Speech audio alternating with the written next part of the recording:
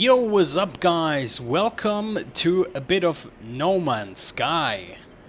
Why? Basically, I've picked up that game back up again a few weeks ago and I started playing it again. And I have to say, there's some things that changed in this game, so I thought it would be maybe a good time to revisit this game, since I've done a video about the game when it came out, basically talking about the good stuff, the bad stuff in it, and especially about the hype and how it possibly pretty much destroyed this game. But maybe a few people haven't paid a lot of attention to the game. There were a few free patches that came out that actually added some content to the game. Mainly the Foundation update and the Pathfinder update.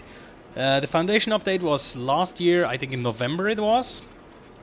And the Pathfinder update was March 8th, I think, on this year. So, and they've been putting out patches for these updates ever since. So, what has really changed, and do I feel is this game now worth playing, worth picking up? Yes and no. It's really mixed, I would say. Because let's just go to the updates first. They added some cool stuff. Like with the Foundation update, I think they put in a few more modes. Mainly survivor modes, which put you in a way harder environment and actually made the game a survival game. Because before that it was just so piss easy you would never die. Survivor mode changes that. And also creative mode, in which you just could play around. Also they added some more like individualization, because you could build bases with the Foundation update. I haven't played around with that too much, to be honest, because base building, it requires a lot of like specific resources, and I'm more interested in flying around, but it's a nice touch. Also, if you enable it in your game, you can actually see other people's bases on planets if they have him. So that's kinda interesting. I mean, it's still no multiplayer for sure, but it's cool to find things other players have done, right? But yeah, some more things that changed that immediately spring to mind as I started this game up again. It got a lot, not harder, that's not the right word. The progression got a lot slower, which is a good thing, because progression in the original No Man's Sky was way too fast. There was... I reached a point that I couldn't get any more blueprints anymore, because they were handed out to you, like, on every corner. You would get blueprints from everywhere. Just this machine I just opened up back here, normally there would have been a blueprint inside of that, and yeah, it would go pretty fast, and you would have all the blueprints, and they fixed that, and that's a good thing, because it makes the game a bit more longer. It gives them a bit more longevity. They fixed this partially by including a lot more blueprints. For example, different gun modes. They now have like tiers of mining lasers, so some resources are not mineable anymore with your standard lasers.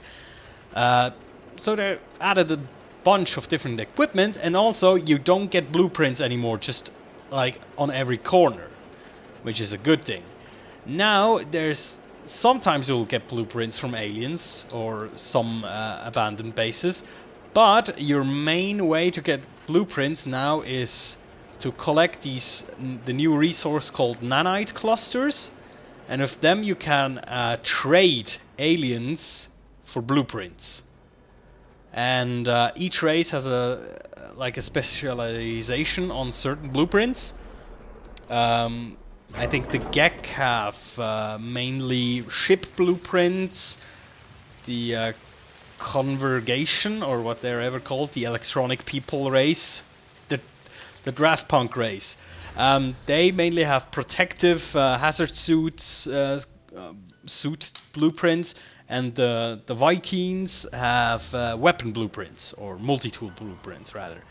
So that's kind of cool because it does, of course, slow you down progression-wise, but if you're looking for something specific, it's actually more easier to get to it because you can seek out that specific alien race and get that blueprint. Although they're pretty randomized, so they're different on each planet, so to speak.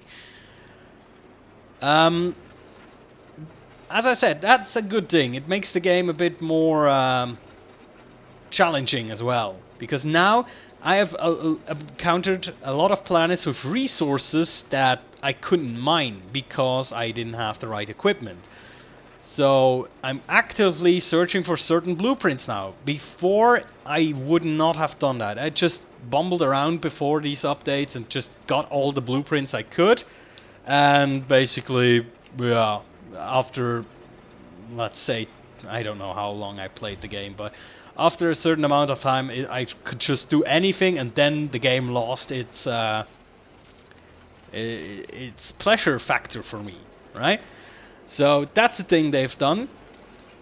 Also, again with the Foundation and the Pathfinder update, they added actually another mode. They added permadeath mode, which I think for a lot of players is a very interesting mode.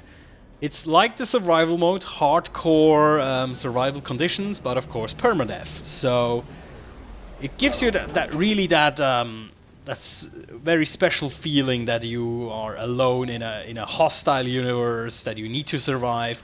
It's a very cool feeling, I have to say. It's really hard, but yeah, it's a good challenge, and that's what this game needs as well, because on normal mode, it's really not a challenge. It's not.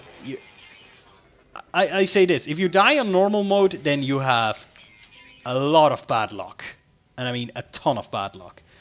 So permadeath mode and survival mode really bring a bit more challenge. Is there more depth in the game now? Is it enough, so to speak, to actually, well, recommend this game now for players who have never played it and say, pick it up, it's cool now? I don't know. I really have to say it's debatable, because even though it has a bit more depth, your basic process of what you're doing is still the same. You still go from planet to planet, discover random things that, sadly enough, mostly look the same. That's still a huge problem, that most of the things look the same and are not really... You cannot really differentiate them from, you know... Let's just say especially the alien, like, ruins, alien... ooh, unstable plasma, cool. Alien ruins, alien buildings. Most of the time, I cannot really tell which fractions they're from. If it's a Viking building or a Gek building, I cannot tell. Because still, they're not really that diversified, sadly enough. And you are gonna stumble upon the same archetype of planets over and over again. That's still the same. And yeah, that's still a problem. That they have a huge universe, but it's too empty. It's still too empty. And that's a problem, of course, because they have created that large universe. And even though they have now 2 patches that add content, it's still a huge universe. And the content they added is just like a little trickle, you know? So I still wouldn't recommend the game to a lot of my friends. I still wouldn't. If I knew that somebody has this flair for exploration games, yeah, I can see it. That's the reason I got it, basically, because I like exploration games like this. I like to discover weird freaking creatures, which If you're lucky, you'll stumble upon the weirdest creatures. If you're not lucky, for example, one of my friends had this, you will get from like barren planet to barren planet with no creatures on it and no interesting other stuff, and it's just boring. And yeah, there's just not enough real content to fill all these voids that are still in this game. Still, I have to say good job for the developers that they actually gave up these free updates with all these new with this new content. I mean, there's a ton also little stuff they fixed. You know, you can now skip the achievement cutscenes, the black bar cutscenes that come whenever you get a specific achievement. That was a small little annoyance, and they actually listened to people and fixed it. Nice. You can have multiple ships now with the Pathfinder updates. You can have a big freighter and then have several ships in that freighter. Nice. Beautiful. They're doing good. They really do. But they have burdened themselves with a huge task.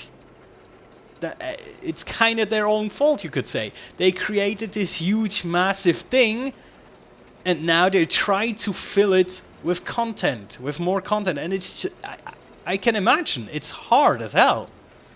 I mean, you got I don't know how many gazillion planets. You're not gonna make every single one of them interesting. It's just not possible. I know that. But yeah, I still would wish for some more diversity, especially in the aliens. I mean, Jesus, more alien races would be genius for this game, believe me. And even maybe some that are not friendly, you know?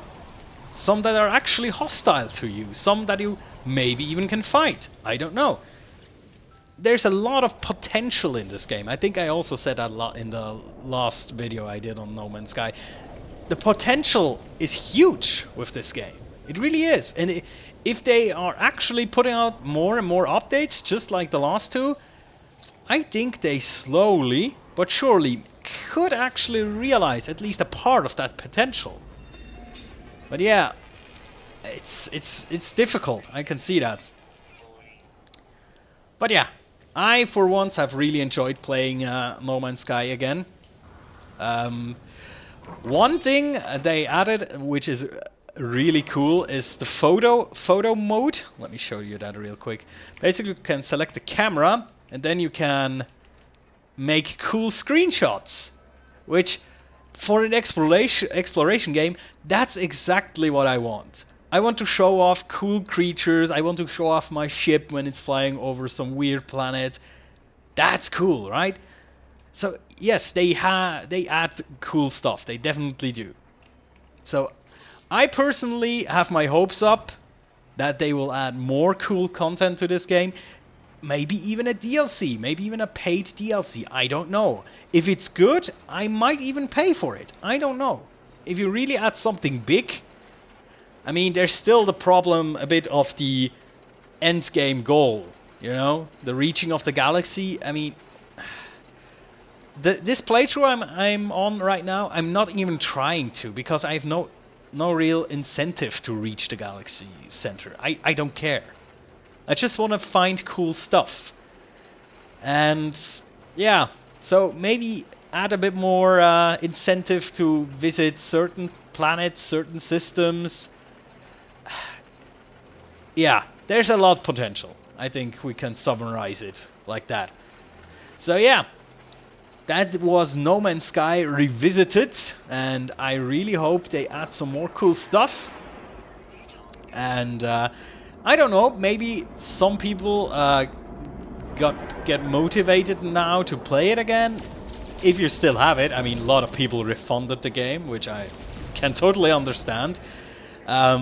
Don't mistake me, I'm not a fanboy of this game. I would not defend this game for its obvious flaws. I'm a believer. I believe in the potential of No Man's Sky. Let's put it that way. And hope dies last, doesn't it? So, yeah. With that, I would say this has been No Man's Sky again, for the second time for me. And I hope you enjoyed this little rant slash just off the top commentary on this one. And I'll see you next time. See ya!